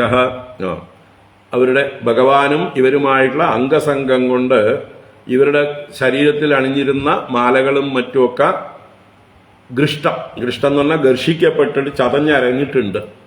ഭഗവാനുമായിട്ട് ഗോപികമാരുടെ ഈ രാസക്രീഡ നൃത്തവേളകിലൊക്കെ കൂടി തമ്മിൽ ആലിംഗനബദ്ധരൊക്കെ ആയിട്ട് അവരുടെ ശരീരത്തിലുണ്ടായിരുന്ന മാലകള്, പൂമാലകള്, സ്രജഹ എല്ലാം ഗൃഷ്ടം, ഘർഷിക്കപ്പെട്ടു അഥവാ ചതഞ്ഞരഞ്ഞു എന്നർത്ഥം, മർദ്ദിക്കപ്പെട്ടു എന്നർത്ഥം. അപ്പൊ അംഗസംഗൃഷ്ടസ്രജ സ്വകുജ കുങ്കുമ രഞ്ജിതാഹ. അവരുടെ കുജങ്ങളിലൊക്കെ കുങ്കുമങ്ങൾ ഉണ്ടായിരുന്നു. അത് ദേഹത്തിൽ മുഴുവൻ പടർന്നിട്ടുണ്ട്. എല്ലാവരുടെ ദേഹത്ത് എല്ലാ ഭാഗത്തും ഉണ്ട്. മറ്റത് കുജഭാഗത്ത് മാത്രമേ കുങ്കുമം ഉണ്ടായിരുന്നുള്ളൂ. ഇപ്പോ ഭഗവാനുമായിട്ടുള്ള ഈ ക്രീഡകളെല്ലാം കഴിഞ്ഞതോടുകൂടി അവരുടെ ശരീരത്തിലും ഭഗവാന്റെ ശരീരത്തിലും ഒക്കെ കുജകുങ്കുമങ്ങൾ കൊണ്ട് അണിയപ്പെട്ടിരിക്കുന്നു, രഞ്ജിക്കപ്പെട്ടിരിക്കുന്നു. എല്ലാ ഭാഗവും ചുമന്നിരിക്കുന്നു എല്ലാവർക്കും. അങ്ങനെ സ്വകുജകുങ്കുമ രഞ്ജിതാഹ. ഇതെല്ലാം ഗോപികമാരെ കുറിച്ചാണ്. യാഹ, ഏതൊരു സ്ത്രീകളാണോ ആ ഗോപികമാർ, താഭിഹി യുതഃ, ആ ഗോപികമാരോട് കൂടിയവനായിട്ട്, ഗന്ധർവപ അളിഭിഹി അനുദ്രുതഃ. ഗന്ധർവപ അളിഭിഹി, അളി എന്ന് പറഞ്ഞാൽ വണ്ടുകളാണ്. ഗന്ധർവപ അളിഭിഹി, ഗന്ധർവന്മാരെ പോലെ പാടുന്നത് എന്നുള്ള അർത്ഥത്തിലാണ്. ഗന്ധർവപൻ എന്ന് പറഞ്ഞാൽ ഗന്ധർവ ശ്രേഷ്ഠൻ, ഗന്ധർവന്മാരെ പാലിക്കുന്നവൻ ഗന്ധർവപൻ. അപ്പൊ ഗന്ധർവ രാജാവ്, നന്നായി പാട്ടുപാടുന്നവരാണ് ഗന്ധർവന്മാര്. അവരെ പോലെയുള്ള വണ്ടുകള്. അപ്പൊ ഭഗവാന്റെ പിന്നാലെ, ഈ ഗോപികമാരുടെ പിന്നാലെ പാട്ടുപാടിക്കൊണ്ട് ഗന്ധർവന്മാരുണ്ട്. ആരാ ഗന്ധർവന്മാരെ? വണ്ടുകളാകുന്ന ഗന്ധർവന്മാർ. അതാണ് ഗന്ധർവപാളിഭിഹി അനുദ്രുതഃ, പിന്തുടരപ്പെട്ടവനായിട്ട്.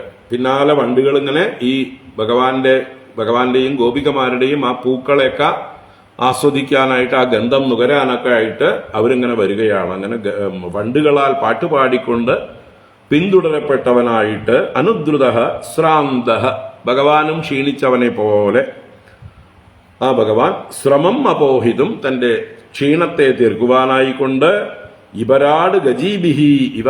എങ്ങനെയുള്ള ഇബരാട്? ഭിന്നസേതുഹു ഇബരാട്, കരയെല്ലാം ഭഞ്ചിക്കുന്ന, തകർക്കുന്നതായിട്ടുള്ള ഒരു ഗജേന്ദ്രനെ പോലെ ഗജികളോടുകൂടെ ചേർന്ന് വാഹ ആവിശത്, വാരിയെ പ്രവേശിച്ചു, ജലാശയത്തെ പ്രവേശിച്ചു എന്നർത്ഥം.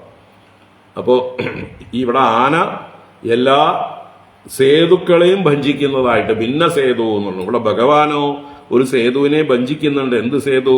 ലോകത്തിന്റെ മുമ്പില് സദാചാരം എന്ന് പറയുന്നതായിട്ടുള്ള സേതുക്കളെയൊക്കെ ഭഞ്ചിക്കുന്നവനെ പോലെ അല്ലെ. മറ്റുള്ളവരുടെ ദൃഷ്ടിയിൽ വേണമെങ്കിൽ ഭഗവാൻ ഈ അനേക സ്ത്രീകളോടുകൂടി ഏകനായ പുരുഷൻ, ഒരു മര്യാദകളും ഇല്ലാതെ എല്ലാ മര്യാദകളെയും ലംഘിച്ചുകൊണ്ട്, അവിടെ സേതു എന്നുള്ളതിന് മര്യാദ, ധർമ്മം എന്നൊക്കെ അർത്ഥമാണ്. ലോക നിയമങ്ങൾ എന്നൊക്കെ അർത്ഥത്തിലാണ് സേതു. ഭഗവാനും ഇവിടെ സേതുക്കളെയൊക്കെ ഭേദിച്ചുകൊണ്ടാണ് ഭഗവാന്റെ ലീല. അത് ഭഗവാന് മാത്രം അനുവദനീയമായിട്ടാണ്. കാരണം ഈ സേതുക്കളൊക്കെ എന്തിനു വേണ്ടിയാ വെച്ചിരിക്കുന്നത്? ഭഗവാനെ പ്രാപിക്കാൻ വേണ്ടിയിട്ടാണ്.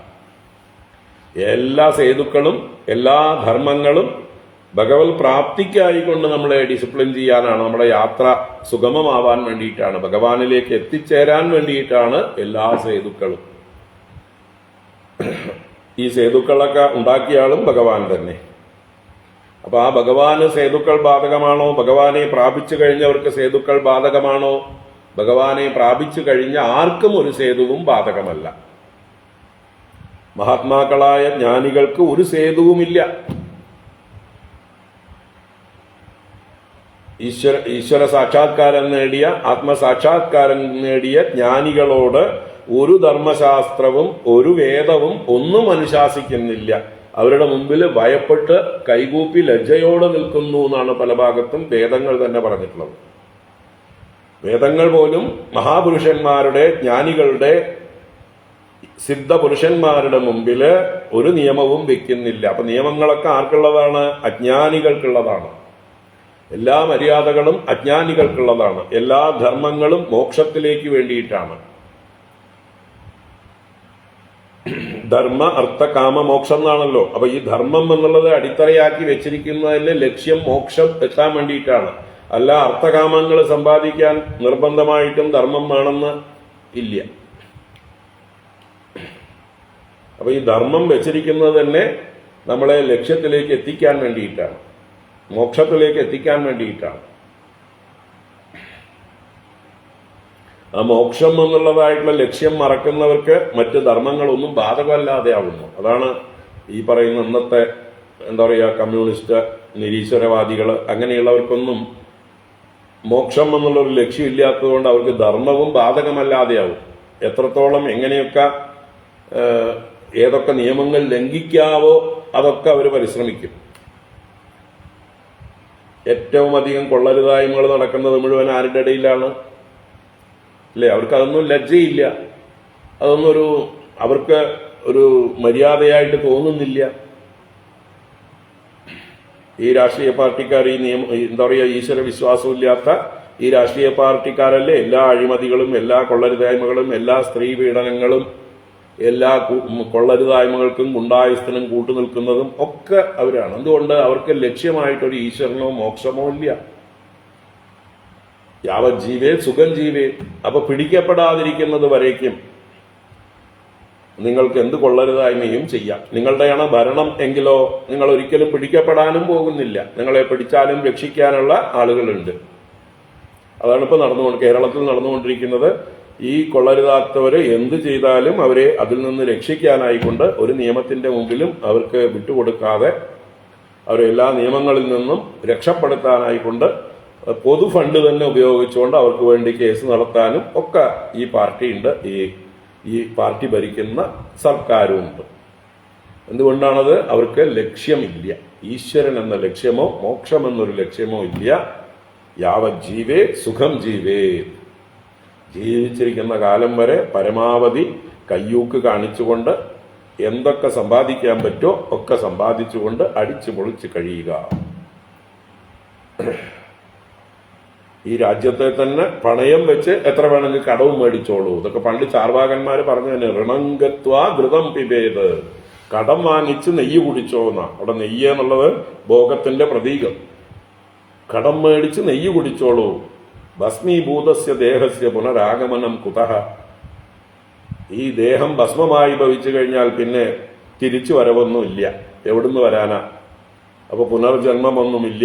ഈ ജന്മത്തില് ഇവിടെ ഇപ്പൊ കിട്ടുന്നത് മുതലാക്കിക്കോ, അടിച്ചു പൊളിച്ചോ. ഇതാണ് ഈ നിരീശ്വരവാദികളുടെ മുഴുവൻ സിദ്ധാന്തം. അതുകൊണ്ട് അവർക്ക് മോക്ഷം എന്നുള്ള ഒരു ലക്ഷ്യമില്ലാത്തതുകൊണ്ട് അവർക്ക് ധർമ്മവും അവർക്ക് ആവശ്യമില്ല, ബാധകമല്ല. അവരതിനെയൊക്കെ ലംഘിക്കും. അപ്പൊ ധർമ്മം എന്നുള്ളത് വെച്ചിരിക്കുന്നത് ആർക്ക് വേണ്ടിയിട്ടാണ്? ഈ മോക്ഷപ്രാപ്തിക്കുള്ള ഒരു ഡിസിപ്ലിനായിട്ടാണ്. ഇനി കൂടുതൽ അർത്ഥകാമങ്ങൾ നന്നായി അനുഭവിക്കണമെങ്കിലും ധർമ്മത്തിൽ അധിഷ്ഠിതമാണെങ്കിലേ അനുഭവിക്കാൻ പറ്റുള്ളൂ. അതൊക്കെ അതിന്റെ കൂടുതൽ വിസ്താരം. എങ്കിലും ചുരുക്കി പറയുമ്പോൾ അപ്പോ ധർമ്മങ്ങളെല്ലാം എന്തിനു വേണ്ടിയിട്ടാണ് നമ്മുടെ ശാസ്ത്രങ്ങൾ വിധിച്ചിരിക്കുന്നത്? ഈശ്വരപ്രാപ്തിക്ക് വേണ്ടി. ആ ഈശ്വരനെ പ്രാപിച്ചു കഴിഞ്ഞ ഗോപികമാർക്കോ അത് ഈ ഈശ്വരപ്രാപ്തിക്ക് വേണ്ടി വെച്ചിരിക്കുന്ന നിയമങ്ങൾ ആരാണോ വെച്ചത് അയാൾക്കോ ഈ സേതുക്കൾ ഒന്നും തന്നെ, ഈ മര്യാദകൾ ഒന്നും തന്നെ, ഈ ധർമ്മങ്ങൾ ഒന്നും തന്നെ ബാധകമല്ല.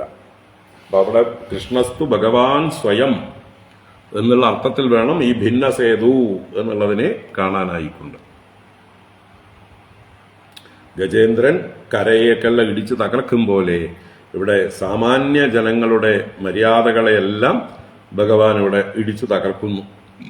നമ്മളെയൊക്കെ എന്താ പറയുക അത്ഭുതപ്പെടുത്തുന്നു, ചിന്തിപ്പിക്കുന്നു. എന്താ ഈ ഭഗവാൻ ഇങ്ങനെയൊക്കെ കാണിക്കുന്നത്?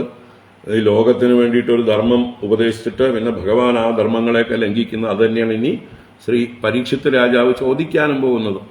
നമുക്ക് വേണ്ടിയിട്ട് തന്നെ അദ്ദേഹം ചോദിക്കാൻ പോകുന്നത് എന്നറിയാം.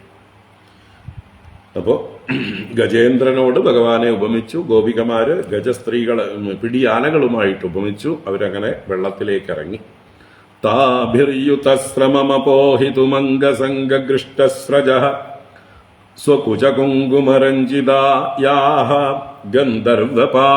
ഗന്ധർവപാളിഭിഃ അനുദ്രുത ആവിശദ്വാഃ ശ്രാന്തോ ഗജീഭിർ ഇപരാടിവ ഭിന്നസേതുഃ സോംബസ്യലം യുവതിഭിഃ പരിഷിച്യമാനഃ പ്രേംണേക്ഷിതഃ പ്രഹസദീഭിർ ഇതസ്തതോംഗ വൈമാനികൈ കുസുമവർഷിഭിരിഡ്യമാനോ രേമേ സ്വയം സ്വരതിരത്ര ഗജേന്ദ്രലീലഃ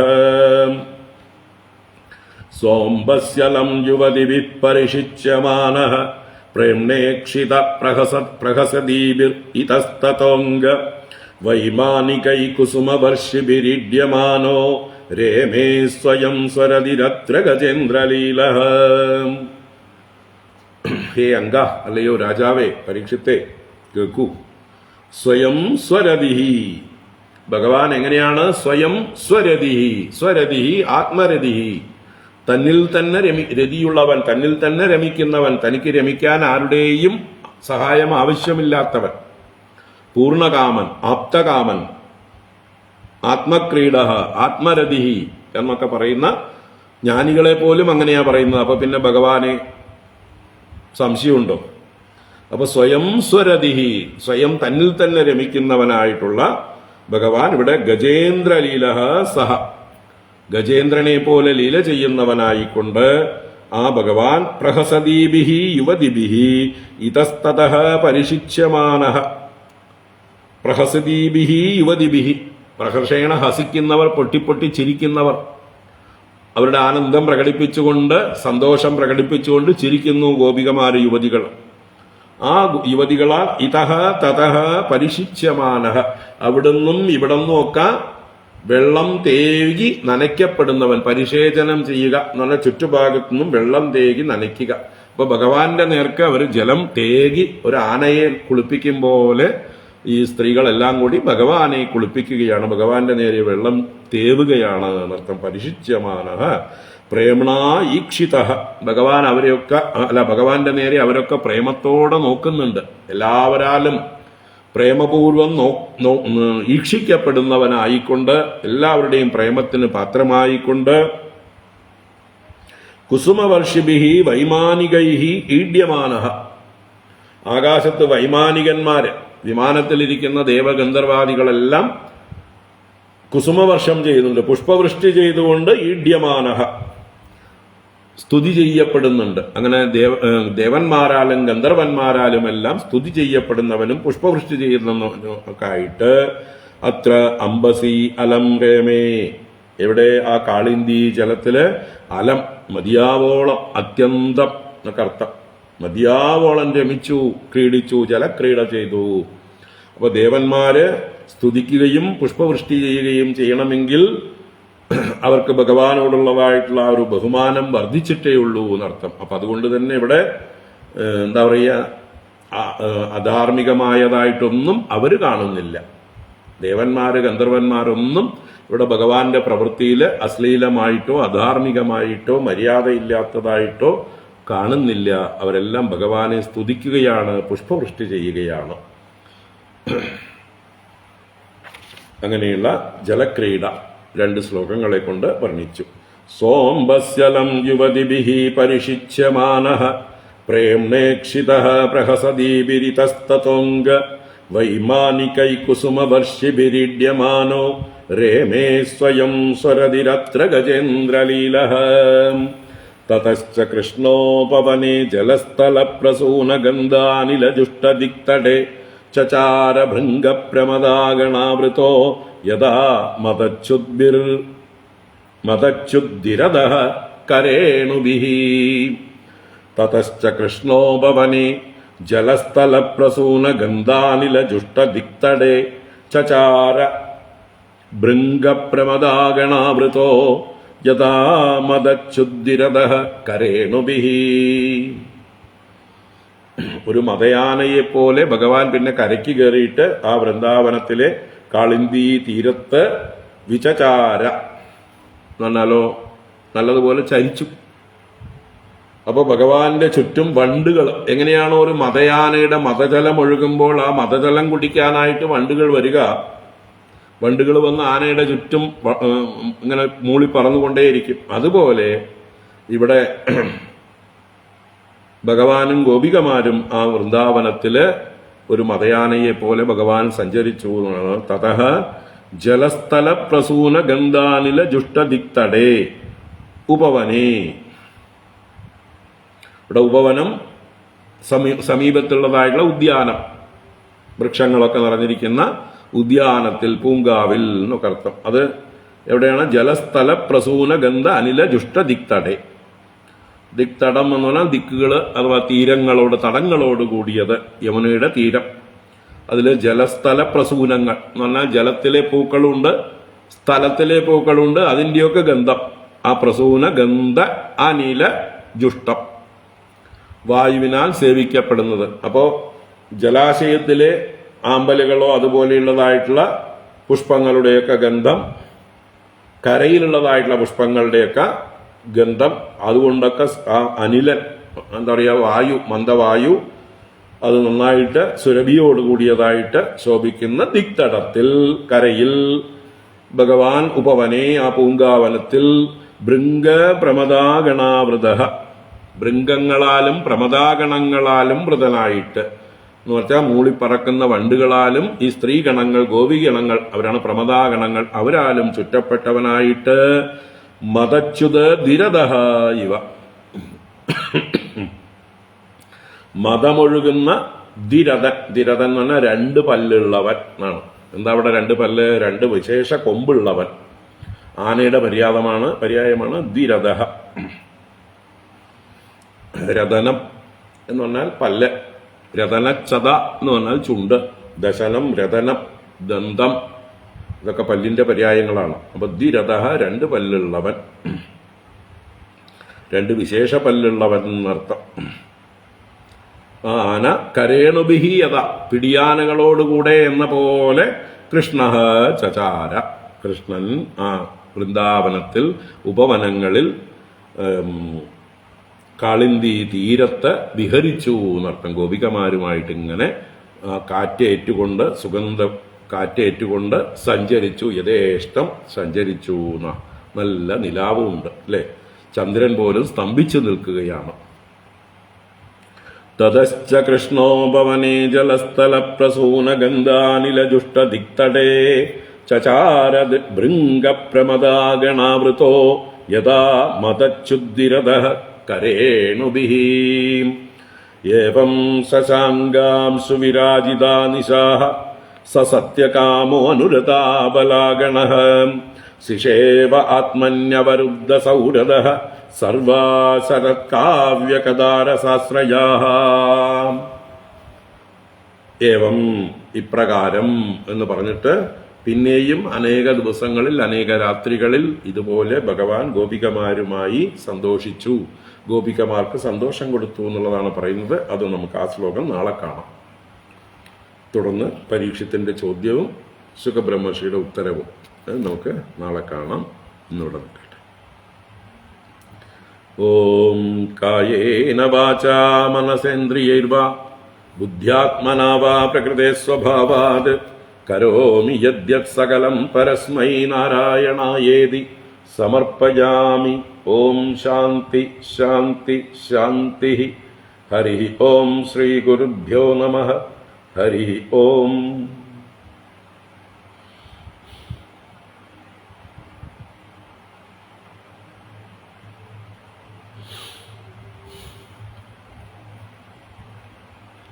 ഹരി ഓം. അപ്പോൾ ബാക്കി നാളെ രാവിലെ കാണാം.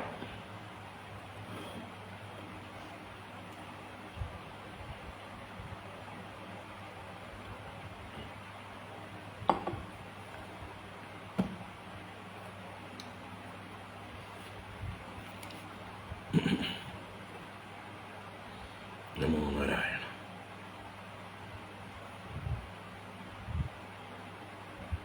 ഹരിയോ ഓം.